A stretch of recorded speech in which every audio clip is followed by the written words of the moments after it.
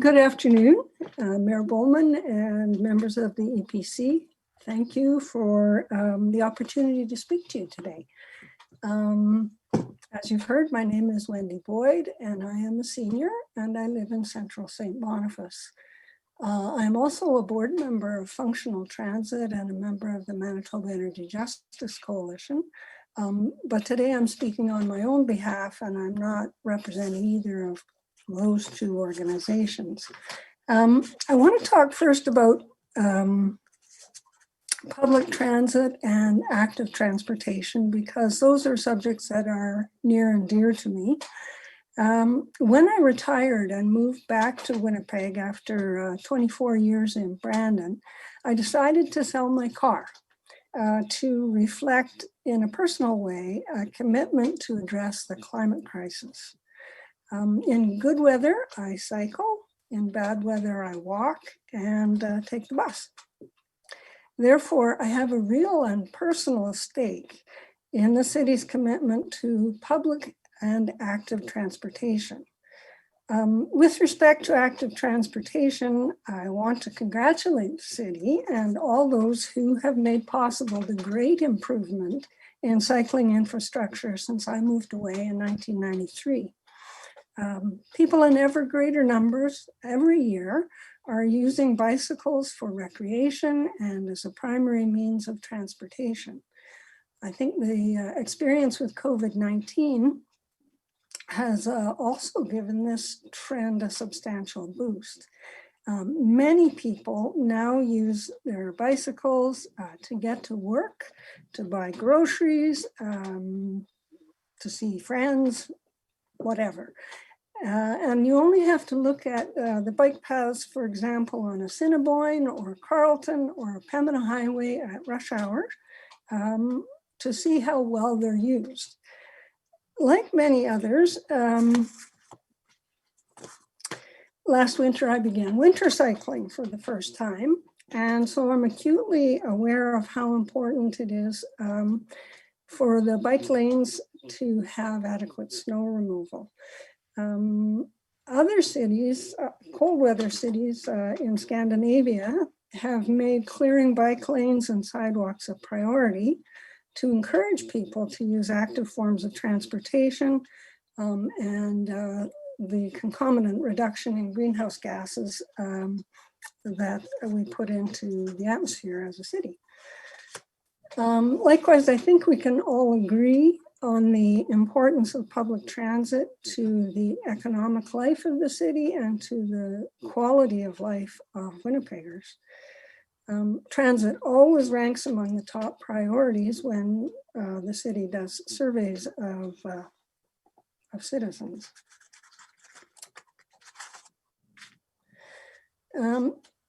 So first, I want to congratulate the transit planners for the Transit Master Plan. Before COVID happened, I was able to attend a public engagement meeting for the Transit Master Plan, and I was really impressed by the public servants and transit people that were there for their commitment and expertise that they given to the work on the Transit Master Plan. So I really personally want to be assured that there are, sufficient funds going to be dedicated to implement this program. Access to public transit is a right. It needs to be affordable, it needs to be accessible, sustainable, and it needs to be frequent. Winnipeg, in terms of affordability, Winnipeg is more dependent on fares as a proportion of revenue than most other comparable Canadian cities, beg your pardon.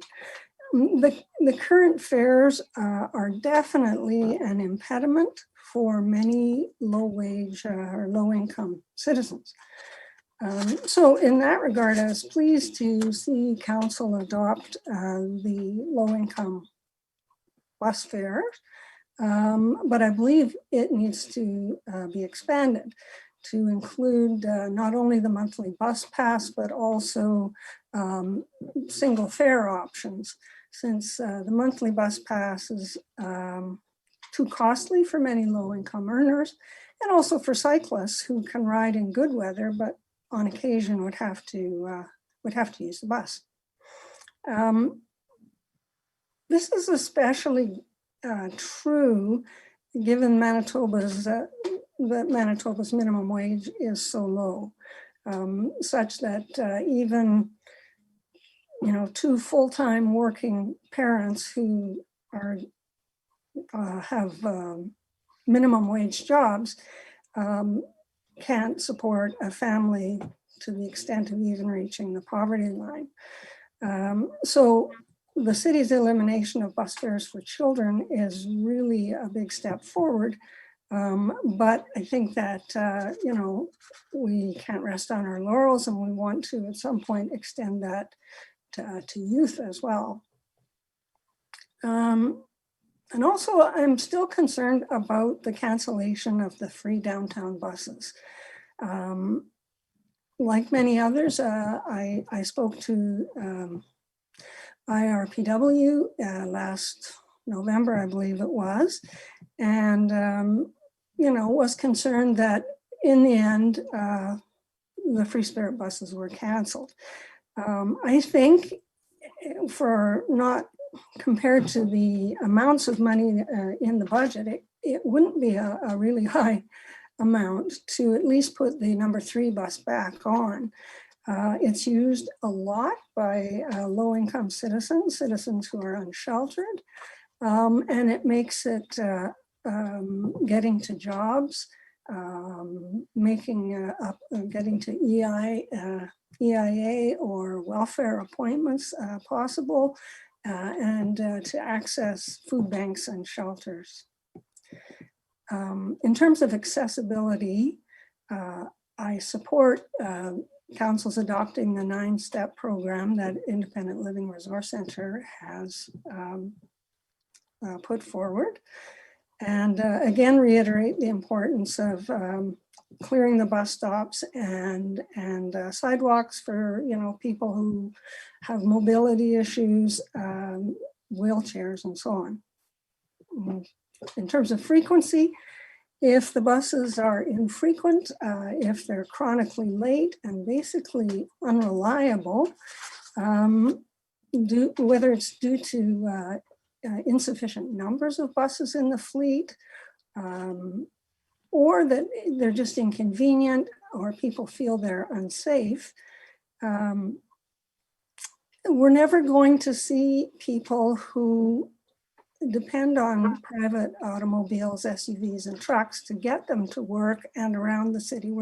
Those people are never going to switch to public transit. And it makes a difference even if they don't totally switch. At least the more people that use public transit for substantial numbers of their trips, that reduces greenhouse gases, it reduces wear and tear on the roads, so the roads budget doesn't continually have to expand. As the population grows, Winnipeg greenhouse gases will continue to rise. At the same time that the science is telling us that globally there need to be drastic reductions, drastic cuts at every level to address the climate emergency. I know that operational funding for transit is always an issue. I understand that there's money from the federal government made possible because of COVID, but it needs to be matched by the province in order to make it available to the city for transit. Thus far, the provincial government has only matched half of that allocation.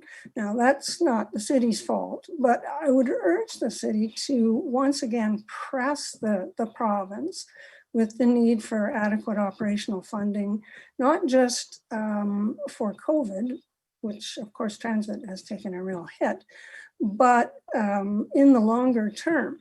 And so with respect to that, I would urge the city to also, again, strongly urge the provincial government to restore the 50-50 funding agreement. Just before I leave talking about transit, I just wanted to make one comment, and that's with respect to the response to. Hey, Yeah. Wendy, Brian Mays, I'm just in the chair. The mayor's out of the room. Can you try to wrap up, because you've hit your time limit here? Whoa, time goes quickly. Okay, I just want to comment briefly about the response to Derek Coop this morning, and subsequently, I think, to one other person, that their research was inadequate, and could they please do more research prior to their submissions. And I just want to remind everyone that many of the organizations are totally volunteer. We don't have paid research staff, and the time to look at the budget was very short this year. I believe it was 17 days. And I do want to say one more thing, and I'm sorry I don't have more time to expand on it, but the whole issue of community services, they received a 10% cut in the 2020 budget. And these are essential. And I think that includes the arts, as John Sampson Fellows pointed out so eloquently this morning. The community, there are just so many mental health issues, mental health services, addiction services, harm reduction, poverty reduction strategy. The list goes on. So just in conclusion, I would urge you to really, if there is not sufficient money in the budget for these kinds of things, then we have to look elsewhere for it. And it seems to me, from what other people have said, that there would be room both in the roads budget and in the police budget to make some reallocation. Thank you. I don't see any questions. Sorry, was that a question? I do have a question, Councillor Mays. Oh, okay. I was just going to say, I think Wendy, first time I heard you in delegation was when I was a school trustee in Brandon, and you were there on the French immersion or Gideon Bible debate, one of those. So thank you for staying active all these years. I know it's volunteer, so thank you for your passion. So I think the mayor's back in a moment. Councillor Allard, fire away.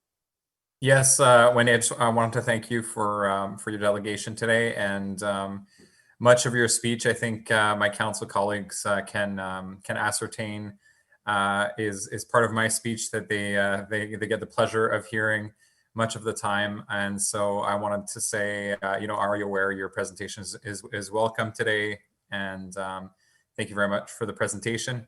In terms of the budget, there's good things in the budget, there's bad things in the budget, but we'll consider your comments today as our discussions, or as my discussions continue with my colleagues. But I wanted to say thank you. Thank you.